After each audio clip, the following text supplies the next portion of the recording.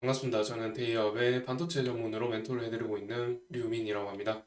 이번에 영상에서는 삼성전자 관련해서 말씀을 드릴 건데, 삼성전자는 우리나라를 가장 대표하는 기업이죠. 그리고 삼성전자는 최근에 HBM이라든가 AI 반도체 관련해서 가장 이목을 집중시키고 있는데, 이 AI 파운데이션 관련해서 좀 지엽적일 수는 있겠으나 이 부분 관련해서 좀 말씀을 드리려고 합니다. 이 AI 파운데이션의 가장 대표적인 예시가 이 챗 GPT가 되겠는데요. 이 챗 GPT는 이 소프트웨어죠, 기본적으로. 그런데 삼성전자가 최근에 이 신제품으로 개발한 DDR7, GDDR7, HBM3E, 마하1 이런 것들은 다 하드웨어죠. 그런 점에서 이 소프트웨어 관련해서 이 가기부가 정책적으로 약 10조 정도를 투입을 하면서 이 AI 파운데이션 개발에 힘을 썼다고 하는데요. 그런데 국내에서 이 AI 파운데이션을 단 하나도 개발을 하지 못했다는 기사가 나오면서 이 가기부가 반박을 합니다. 반박을 하는데 여기에서 이 삼전이 나옵니다. 그래서 제가 이 반박 기사에서 나온 이 3전에 대한 내용이 어떤 모멘텀이 되지 않을까 해서 이번 영상을 촬영하게 되었고요. 그러면 영상을 보시기 전에 이 구독을 하시지 않으신 분들은 구독부터 하시면 좋겠죠. 그러면 이어서 이 AI 파운데이션 관련해서 우리 한국은 단 하나도 개발하지 못했다라고 하는 이 기사에 대해서 말씀을 드려보도록 하겠습니다. 우선 이 기사는 이 스탠포드 대학에 있는 인간 중심 인공지능 연구소라는 이 HAI라는 이 곳에서 발표한 보고서의 내용이고, 여기서 이제 우리나라가 단 하나도 AI 파운데이션 단 하나도 개발하지 못했다고 한 것이고요. 여기서 보여주는 도표가 이제 미국에서 109개로 가장 많이 개발을 했다. 그 다음 2등이 이제 중국이고요.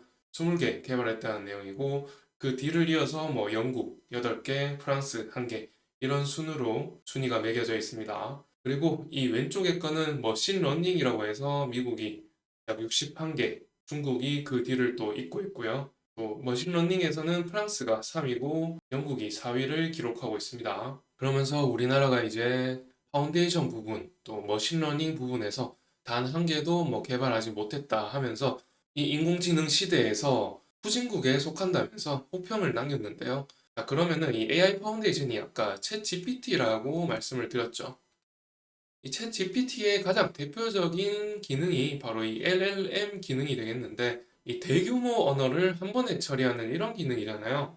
예를 들어서 설명을 드리면, 이 우리 입사할 때 자소서 작성하잖아요. 이 자소서 작성할 때 거의 3천자, 이 3천자 정도 되는 글을 한 번에 1분도 안 돼서 처리해가지고 우리한테 제공을 해주죠. 이런 식의 이 대규모 언어를 처리해주는 이 소프트웨어를 우리는 단 하나도 개발하지 못했다는 건데, 우리나라는 반도체 분야에서야 1, 2위를 다투고 있지만 이 인공지능 빅테크에서는 소프트웨어 같은 것들을 대금의 로열티를 주면서 좀 의지하면서 사용을 해야 되는, 이런 식으로 종속될 거라는 이런 뉘앙스의 보고서를 써서 그게 이제 기사가 된 게 문제죠. 그래서 우리 과기부가 바로 이 반박 기사를 냅니다. 우선 이 보고서를 작성했다는 이 HAI, 스탠포드의 HAI에서 이 보고서에 작성하기를 여기에 이 명시를 해놨습니다.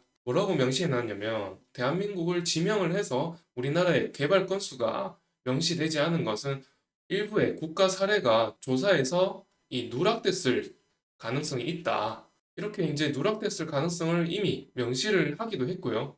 또 두 번째로 반박을 한 게 뭐냐면, 우리나라는 이 네이버나 이 삼성, 이 NC소프트 이런 곳에서 이미 AI 파운데이션을 이렇게 이제 주장을 하면서 반박 기사를 냈는데요. 그러면서 이 반박 기사에서 이 삼성이 등장하게 된 것이죠. 그래서 이 과기부가 반박한 기사에서 이 삼성전자를 언급하면서 이 AI 파운데이션 이름을 공개를 했었는데, 이 삼성전자가 지금 미정이라고 되어 있지만 가우스라고 합니다. 가계부가 밝히기를. 가우스에 대해서 그러면 기술력을 한번 알아본다면은 세계적인 시장에서 얼마나 영향을 미칠지 알 수 있겠죠. 그래서 보시면은 이 가우스를 네이버와 공동 개발했다고 하고요. 여기에 테슬라도 협업을 했다고 합니다. 그리고 이 다음으로 삼성 가우스의 어떤 기능적인 부분을 도식화한 것인데, 먼저 이 랭귀지 부분에서 말씀을 드리면은 대규모 언어를 한 번에 처리를 해야 되잖아요. 그래서 압축력이 상당히 좋아야 되는데, 이 압축력이 거의 10분의 1 정도 압축을 한다고 하고요. 여기에 이 양자화 기술도 사용을 했다고 하네요. 그래서 이 32비트를 압축을 한다면은 대략 3에서 4비트로 이 압축이 된다고 하니 이 10분의 1 압축하는 게 맞죠. 그리고 이 이미지, 대용량의 이미지를 이 가우스가 만들어내는데 이 생성도 하고 또 편집도 가능하고 그 방법이 또 손쉽다고 하니까요. 이 손쉽게 다룰 수 있다 보니 또 뛰어난 기능이 아닌가 이렇게 또 생각이 듭니다.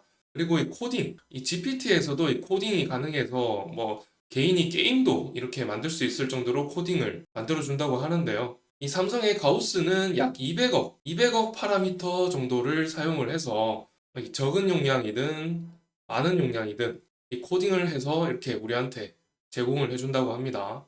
그러면은 이 삼성의 가우스가 어느 정도 용량인가를 알려면은 비교를 해봐야겠죠. 이 GPT-4라고 가장 최신 AI 파운데이션이 되겠는데, 이게 거의 끝판왕이라고. 그런데 이 GPT-4의 이 파라미터가 얼마냐? 무려 1조 7천억 개라고 합니다. 이 파라미터가 그러면 AI 파운데이션의 어떤 기술력을 보여주는 지표냐? 이 속상하지만 그게 맞더라고요. 그래서 저는 이 숫자를 보자마자 헉 하면서 이제 우리나라는 아직 멀었는가 하면서 약간 체념을 하게 되었는데요. 자, 방금 말씀드렸듯이 이 삼성의 가우스는 200억 개라고 말씀을 드렸죠. 이런 부분들을 모두 감안을 하다 보니까 스탠포드의 HAI, 여기서 우리나라는 AI 파운데이션의 어떤 개발이 단 하나도 이루어지지 않았다, 이렇게 말을 한 것인가, 이렇게 다시 생각해 보게 되죠. 제가 아까 말씀을 드리지 않은 부분이 하나 있기는 합니다. 거기서 우리나라를 어떻게 말을 했냐면요. 이 AI 파운데이션 소프트웨어로 사용할 만한 게 우리나라에는 단 한 개도 없다, 이렇게 우리를 평가를 했거든요. 그래서 이런 부분들을 고려해 본다면은 충분히 저렇게 생각할 수도 있겠다라는 생각이 들면서 우리나라는 이 AI 파운데이션 소프트웨어 시장에서 좀 수익성을 내지 못하겠다, 이런 추측을 해볼 수가 있겠더라고요. 자, 그러면 차라리 삼성은 이 하드웨어에서 수익성을 많이 내자, 이렇게 다르게 생각을 하면서 응원을 하면서 영상을 마치도록 하고요.